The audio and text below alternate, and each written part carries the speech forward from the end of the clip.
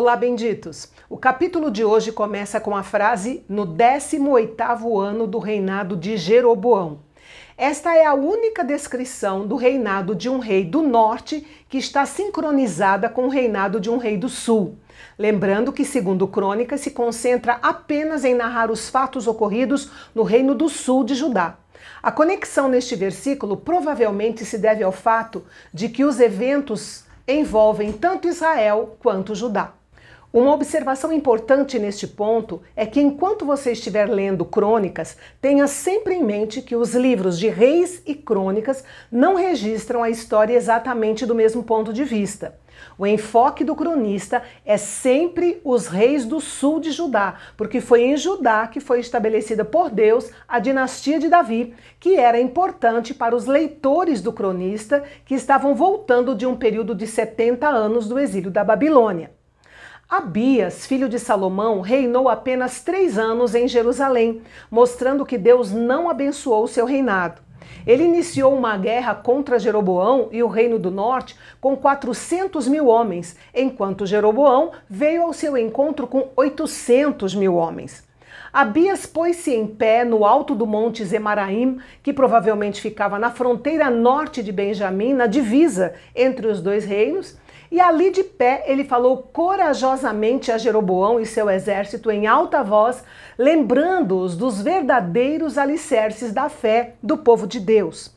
O argumento de Abias é que a dinastia de Davi era a única casa legítima para governar as tribos de Israel, incluindo as 10 tribos do norte que se rebelaram com Jeroboão. Ele mencionou que a promessa de Deus feita a Davi foi chamada de aliança de sal. Era chamada aliança de sal porque era uma aliança pura, assim como o sal é um composto químico puro, era uma aliança duradoura, assim como o sal faz com que os alimentos durem, e era uma aliança valiosa, uma vez que na época o sal era muito caro. Na realidade, o rei Abias apresentou uma visão bastante seletiva da história. Era verdade que Jeroboão tinha se rebelado, mas também era verdade que seu pai Roboão tinha agido de maneira tola, o que acabou provocando a rebelião das 10 tribos do norte. Abias encerrou seu sermão de forma dramática ao desafiar o rei Jeroboão e o povo das tribos do norte a reconhecer que estavam lutando não contra Judá, mas sim contra o Senhor, Deus dos seus pais. Acontece que, enquanto Abias falava, alguns dos soldados de Jeroboão se colocaram atrás do exército de Judá e lhe armaram uma cilada. Esta foi uma tática desonrosa, porque a emboscada foi feita enquanto eles ainda estavam negociando antes da batalha. Quando os homens de Judá se deram conta, viram que as linhas de batalha de repente haviam mudado. Perceberam que era impossível vencer um ataque surpresa de um exército 2 vezes maior, posicionado em 2 frentes de batalha. E então eles fizeram a única coisa que eles já estavam a fazer: clamaram ao Senhor.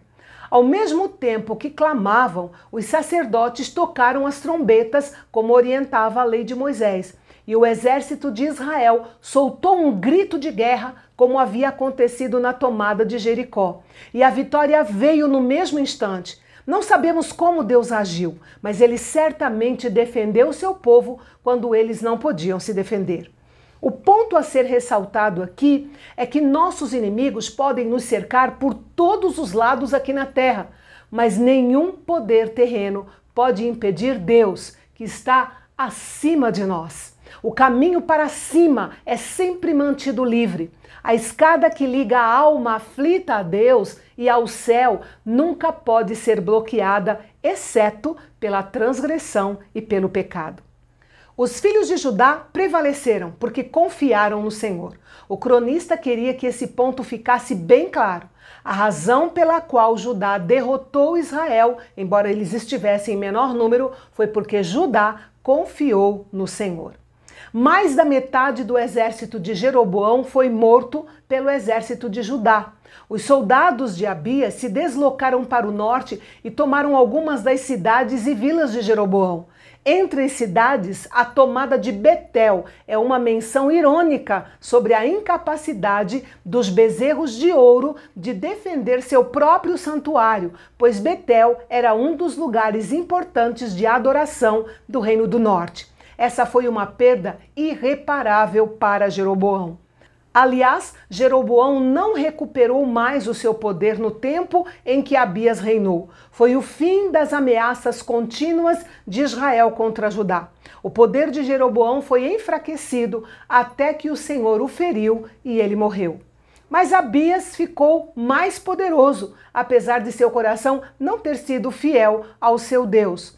Note que o cronista não diz nada de bom ou ruim sobre o reinado geral de Abias. Em vez disso, ele preferiu se concentrar no que Deus realizou por meio do seu reinado, através do seu reinado. O cronista também destaca que, em contraste com o reino e o culto idólatra de Jeroboão, a monarquia davídica é o objeto da promessa duradoura de Deus. O sacerdócio de Jerusalém é legítimo e fiel, e os homens de Judá confiavam no Senhor. É por essas razões que o Reino do Sul desfrutava da proteção e da bênção de Deus, ainda que o rei Abias tenha se afastado do ideal. Isso servia de grande encorajamento para os exilados vindo da Babilônia, a quem o cronista estava se dirigindo. No entanto, para nossa compreensão mais completa da vida de Abias, podemos aprender outra lição: que uma grande vitória espiritual não faz uma vida inteira diante de Deus. Nunca se deve confiar em uma única realização espiritual passada ou em uma temporada de vitória. Deus quer a nossa fidelidade em todo o tempo. Após a morte de Abias, seu filho Asa assumiu o trono, um rei que fez o que era bom e reto aos olhos do Senhor seu Deus. Você confere os detalhes do reinado de Asa amanhã aqui no canal Bendito, onde a teologia é para todos.